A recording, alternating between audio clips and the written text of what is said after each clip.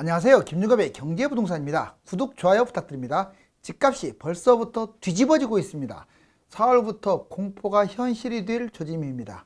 대선 이후에 곧바로 규제를 풀고 지자체 선거와 여름 폭등장을 등에 업어 집값이 급등할 것으로 예상들 하고 있습니다. 그런데 지금 거품이 하늘을 찌르는 상황에서 대통령은 집값 폭등 부담과 국회 통과라는 장애물을 만나야 됩니다. 유료 상담은 010-3999-8808 주말에 전화 주십시오. 집값 벌써 뒤집어진다. 4월부터 공포가 현실이 된다.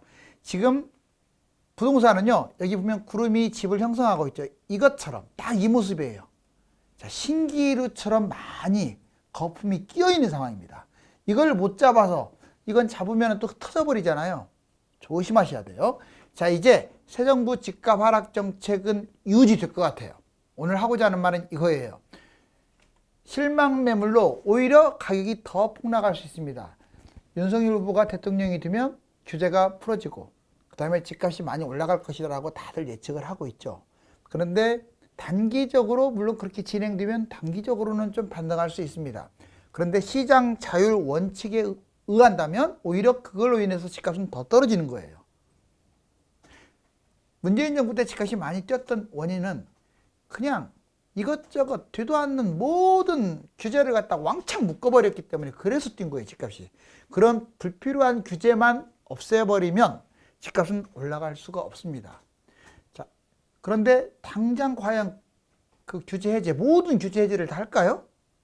일단 집값 폭등이라는 오명을 뒤집어 써야 돼요. 이제 새로운 대통령이. 두 번째는 국회 통과. 지금 민주당이 다수당인데 과연 통과될까요? 바로 이런 두 가지 문제로 인해서 쉽지 않을 겁니다. 자, 먼저 새 정부 출범.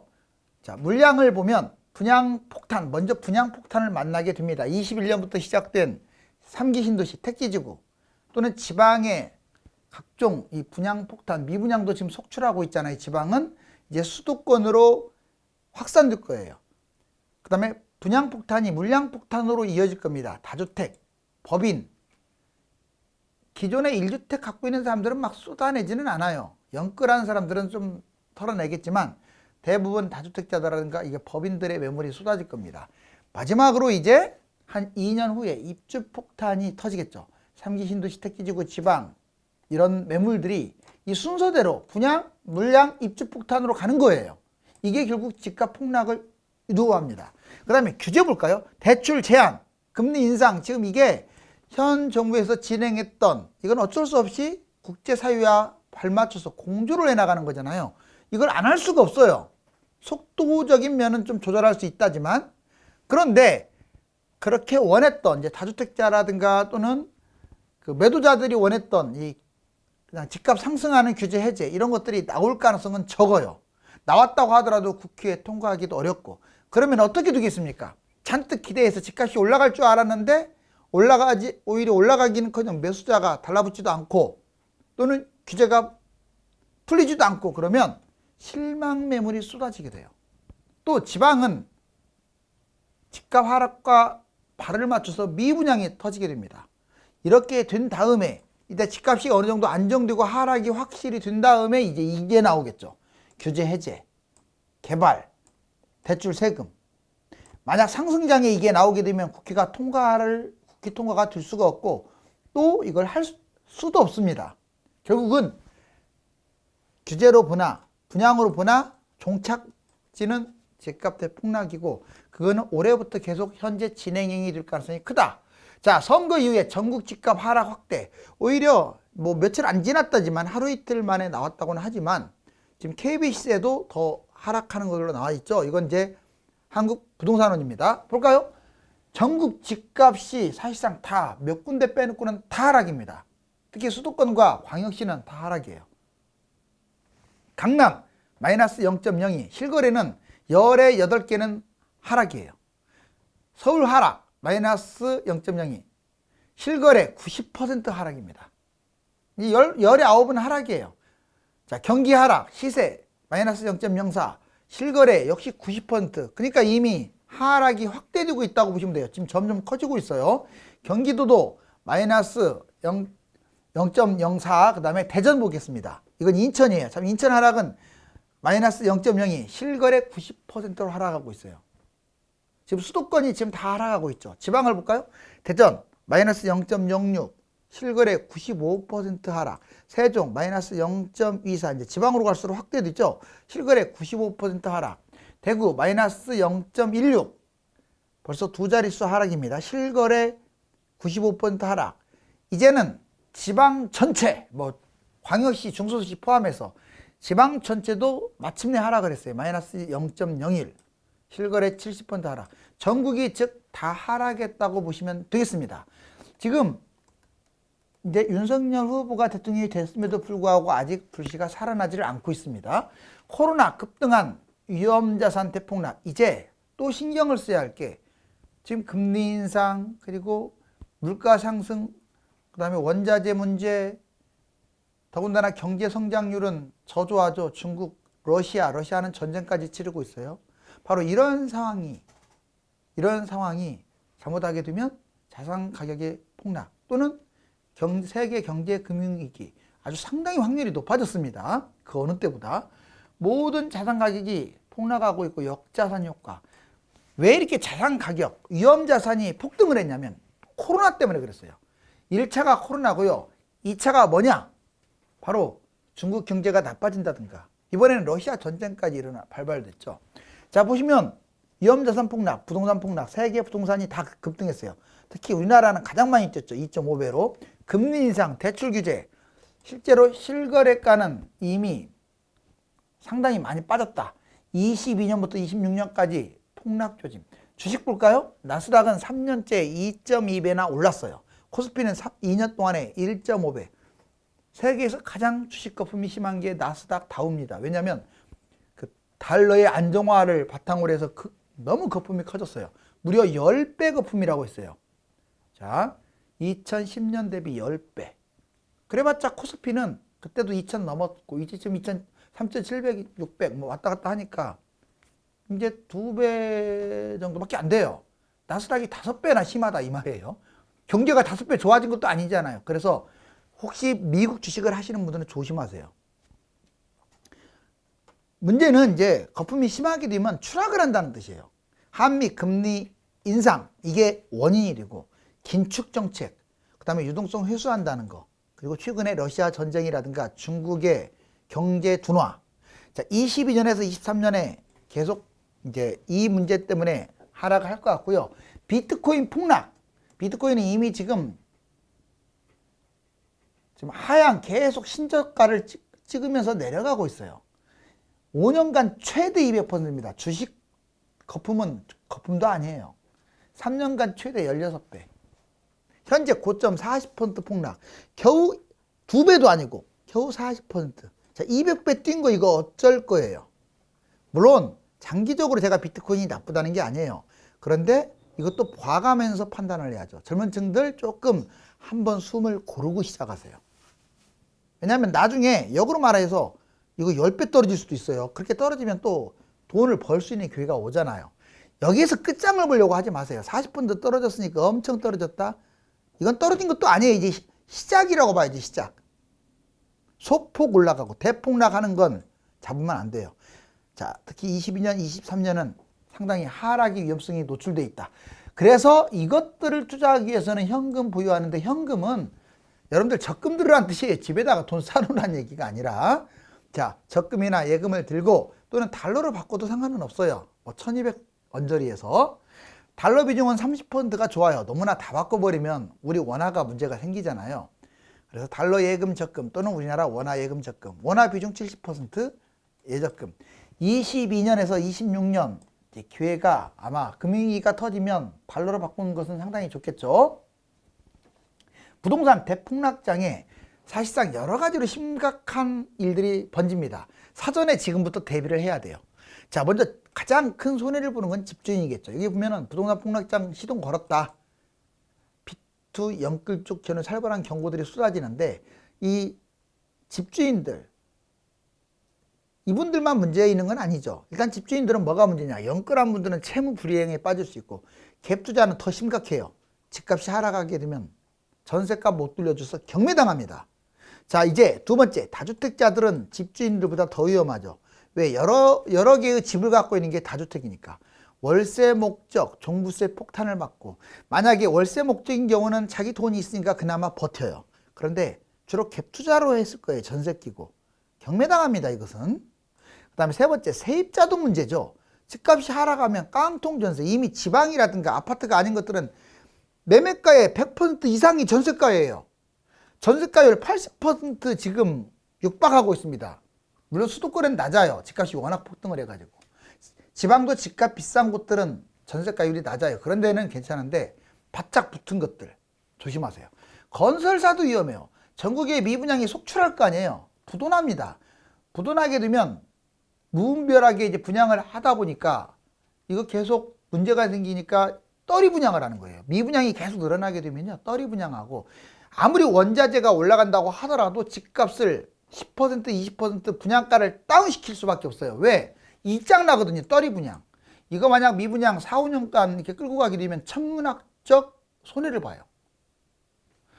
건설사 부도나게 되면 금융업 부도는 같이 연결돼요. 그래서 금융업 취약차주 금융부실 생기고, 가계 기업 특히 건설업이 부도가 많이 나는데 이렇게 되면 심각해지죠. 그래서 정부가 건설사 부도 안 내려고 미분양에 대해서 무진장한 부양책을 쓰는 거예요. 10개 잡아라, 5개 잡아라. 그냥 평생 또는 10년 동안 또는 5년 동안 아예 세금 안 받겠다, 양도세도 안 받겠다, 막 잡아라. 3기 신도시 그럴 곳들 넘쳐날 거예요. 옛날에 2기 신도시들이 다 그랬어요. 지금은 2배에서 3배 뛴 곳들이 5개씩 잡아라. 이건 당연한 거예요. 정부가 미친 게 아니에요. 그렇게 안 하면 건설사 부도나면 금융업 부도나잖아요. 이걸 막기 위해서. 자, 국가 경제, 집값 폭락, GDP 대비 GDP도 집값이 막 한 20% 30% 떨어지면 3%나 급나간다는 연구 결과, 총체적 부실이 생기죠. 결국 경제 위기로 터질 수도 있어요. 보세요. 어느 특정 하나가 아니죠. 그 다음에 여러분들 2기 신도시 40곳 정도 돼요. 택지지구까지. 놀라지 마세요. 자, 2008년부터 대략 지금까지도 이제 검단이 거의 마지막 끝자락이었는데, 지금까지 분양을 했던 2기 신도시가 대략 80% 미분양됐다. 특히 2008년부터 2014년, 12, 13년이 정점이었죠.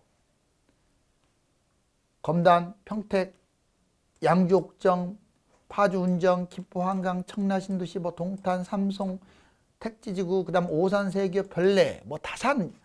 여러분들 오히려 미분양 안 된 곳을 찾기가 더 빨라요. 다 미분양 됐어요. 거의 40곳 중에 80%가 미분양인데, 제가 왜 이걸 끄집어내냐면, 기존 집값이 떨어지면 미분양 나요. 근데 3기 신도시는 더 많아요. 물량이 더 많기 때문에 집값이 내려가면 당연히 미분양 날 거예요. 그래서 청약, 그러니까 한번 지금 요즘 이런 분들 많아. 그냥 한번 어쩌나 보려고 청약을 넣었는데 당첨됐어. 그건 그렇게 하지 마세요. 좋지 않은 곳은 넣지 마시라고요. 자, 이제 대세 하락을 막는 요인들이 있어요. 아마 정부가 대세 하락을 막는 요인들, 이것부터 치워야 돼요. 뭔 말이냐? 분양가 인상하는 거. 근데 분양가 자유화 한다는데 그거 쉽게 될까요? 분양가 자유화 하면요, 집값 엄청나게 올라갑니다. 지금은 이제 이거 그대로 끌고 가는 게 좋아요. 분양가 인상 못하게. 근데 솔직히 냉정하게 말하면 분양가 상한제 해놓고 허그가 제 역할을 못하다 보니까 지금 분양가 엄청 비싸요. 아시죠? 특히 인천이나 지방 같은 데는 상상 초월해. 그게 분양가가 아닙니다. 그건 미친 분양가죠. 그런 거 잡게 되면 나중에 난리 나요. 난리. 볼 것 없이 마이너스 프리미엄으로 한참 떨어질 것 같은데요. 자, 분양가 인상, 집값이 떨어지는 걸 막는 효과, 집값 하락에 맞추어 분양가 인하. 그러니까 분양가를 인상 못하도록 분양가 상한제는 유지하자. 자, 공시가 인상. 그래요. 공시가 인상이 좋은 것만은 아니에요. 이거 윤석열 정부가 공시가를 팍팍 인상시키는 걸 좀 제어시켜야 돼요. 개인들도 좋잖아요. 세금 좀 덜 내고 하니까 집값 떨어지지 않도록 지탱하는 역할을 합니다. 공시가를 올려버리면 얘로 인해서 집값이 잘 안 떨어질 수가 있어요. 세금 좀 덜 거치더라도 공시가 인상을 막아야 돼요. 집값 하락하면 신속하게 내려야 하고. 자, 세금 인상. 세금도 세금 나름입니다. 집값이 내려가는 것을 차단하는 역할을 해요. 자, 부동산 세금 인하로 집값 하락 유도. 그렇다고 모든 세금을 인하하면 안 돼요. 모든 세금을 인하하게 하면 투기꾼들이 설쳐요. 그러니까 꼭 필요한 세금만 인하를 해야겠죠. 임대 분양. 임대는 웬만하면 줄이세요. 일반 분양을 많이 해야 돼. 임대를 많이 하게 되면 분양은 많이 하는데 실수요자가 없다 보니까 그냥 집만 지었지 집값이 떨어지질 않습니다. 일반 서민들이 자기 집 형태의 일반 분양을 받아야지 지나치게 임대가 많아지면 문제가 돼요. 그래서 과거에 민주당 정부가 너무 임대 분양을 많이 한 것은 패착이에요. 그래서 윤석열 정부가 지금 일반 공공보다 민간 분양에서 임대를 줄이겠다 하는 것은 잘하는 거예요. 여기 보시면 하우스 푸어 경고, 위험한 사람들. 그렇다면 어떤 분들이 나중에 진짜 위험한 상황에 놓이느냐. 여러분들이 이걸 진단해서 지금 준비를 하는 거예요. 자, 최대 위험, 다시 말하지만 다주택자가 위험해요. 여기에 법인, 임대주택 사업자 다 위험합니다. 특히 갭 투자로 하신 분들이 위험하죠. 연끌로 매수했거나 자기 돈으로 그냥 월세 받는 사람은 괜찮아요. 그 다음에 대출 범위 40% 이상 빚을 진 사람들은 다 위험해요. 연령층 주로 2030이라든가 60대, 특히 20대하고 60대는 취약계층이에요. 수입도 많지 않기 때문에 조심해야 하고, 주택가격 비싼 아파트를 잡은 사람들, 일단 고가 분에 넘치는 아파트를 잡았거나 또는 자체가 비싸 고분양가 아파트를 매입한 사람들은 항상 조심해야 돼요. 지역은 강남, 서울 전체, 그리고 경기도는 신도시, 또 경기도에서 비싼 곳들, 그 다음에 지방은 부산이라든가 대구 좀 이렇게 집값 터무니없이 거품이 심한 곳들, 모든 도시가 다 위험하다는 건 아니에요. 그 도시에서 비싼 걸 잡은 사람들이 위험한 거야. 그러면 최대 원인이 왜 이렇게 하우스푸어가 많이 나오느냐? 거품이 많이 껴서 꺼지니까, 그리고 물량이 터지니까 그래요. 물량이 아까 공급 물량 터진다고 했잖아요. 그리고 소득은 주로 어떤 층이 위험하냐면 저소득층, 또 실직을 당했거나 수입이 불규칙한 이게 자영업자들, 소상공인, 무리한 대출을 받았거나 다중채무를 가졌거나 또는 질병 문제가 있거나 이런 분들이 하우스푸어가 될 가능성이 큽니다. 집값 폭락장 4대 규제는 사라진다. 자, 이 규제를 여러 번 얘기하는데 자꾸 여러분들이 이걸 생각을 안 하더라고요. 지금의 규제나 제도를 꼭 기억하시면 안 돼요. 이게 하락장에는 없어진다고 생각해야 돼요. 자, 정부의 부동산 정책은 변하는 거예요.